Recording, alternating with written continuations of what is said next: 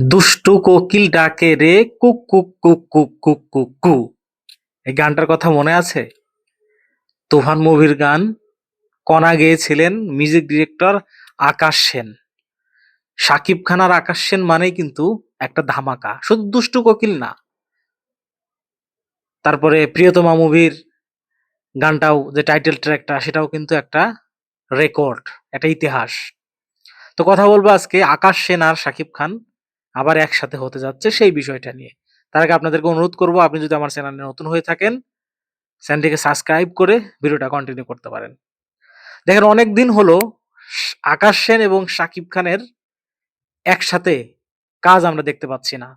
তুফানের পরে আকাশ সেন এবং শাকিব খান একসাথে কাজ করেনি, এবং আকাশ সেন আর শাকিব খান একসাথে যখনই হয়েছে প্রিয়তমাতে এবং তুফানে, সেই গানগুলো কিন্তু সুপার ডুপার বাম্পার হিট হয়েছে।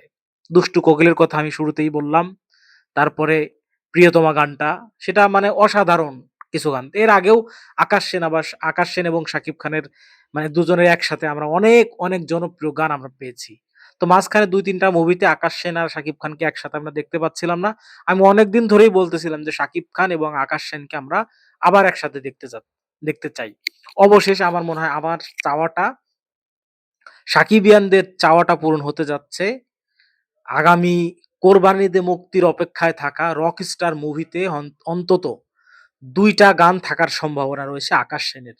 রকস্টারের যে একটা টাইটেল ট্র্যাক, সেইটা থাকার সম্ভাবনা রয়েছে, এবং তাছাড়াও আরো একটা রোমান্টিক গান কিন্তু আকাশ সেনের কম্পোজিশনে আমরা দেখতে যাচ্ছি। হয়তো দুষ্টু কোকিলের মতো আরেকটা ব্লকবাস্টার আমরা পেতে যাচ্ছি আকাশ সেনের মাধ্যম দিয়ে। দেখেন, আকাশ সেন কিন্তু আ আমি আমি মনে করি যে আকাশ সেন একজন আন্ডাররেটেড মিউজিক ডিরেক্টর। ভারতের অনেক অনেক মিউজিক ডিরেক্টরকে যেভাবে মার্ক করা হয়, তাদের ঐরকম সাফল্য না থাকা সত্ত্বেও কিন্তু আকাশ সেন এত ভালো একজন মিউজিক ডিরেক্টর। আকাশ সেনের কম্পোজিশনে কিন্তু জুবিন দা গান গেয়েছে 'ও বন্ধুরে' মুভির 'ও বন্ধুরে' গানটা কিন্তু অসাধারণ একটা গান। অরিজিৎ সিং গান গেয়েছে, মোহাম্মদ ইরফান গান গেয়েছে, বাংলাদেশের ইমরান, কণা, কোনাল অনেকেই গান গেয়েছে। ভারতেও তার যথেষ্ট পরিমাণ তার সুনাম রয়েছে, কিন্তু ওইভাবে ভারতে তাকে কাউন্ট করা হয় না।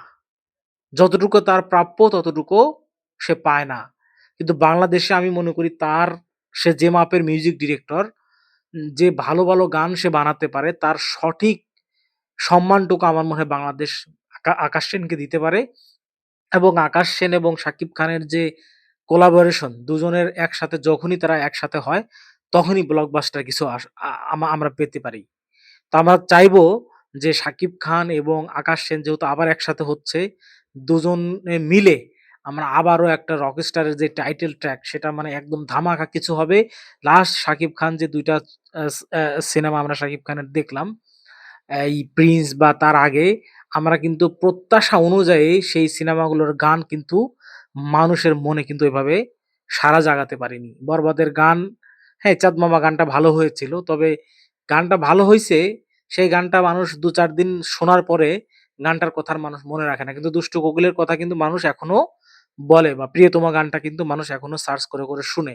তো সেই জায়গা থেকে আমি বলব যে এমন একটা গান আমরা চাই, যে গানটা মানুষ হয়তো ও সিনেমা রিলিজের ১ বছর, ২ বছর, ১০ বছর পরেও মানুষ হয়তো YouTube এ গিয়ে সার্চ করে, করে সেই গানগুলো শুনবে। আমরা এরকম একটা আইকনিক কিছু গান আমরা রকস্টার মুভিতে চাই। কারণ এই রকস্টার মুভিটা একটা গান নির্ভর মুভি হতে যাচ্ছে। সিনেমাতে অনেকগুলো গান থাকবে। রোমান্টিক একটা মুভি, সেটা সবাই আমরা জানি। তো আশা করব শাকিব খান আর আকাশ যেহেতু এখন একসাথে হতে যাচ্ছে আবার, অবশ্যই, অবশ্যই ধামাকা কিছু হবে, ভালো কিছু হবে। শাকিব খান এবং আকাশ সেন একসাথে হওয়ার খবরটা পেয়ে আপনাদের কেমন লাগতেছে কমেন্ট বক্সে কিন্তু অবশ্যই জানাতে ভুলবেন না। ধন্যবাদ, ভালো থাকবেন।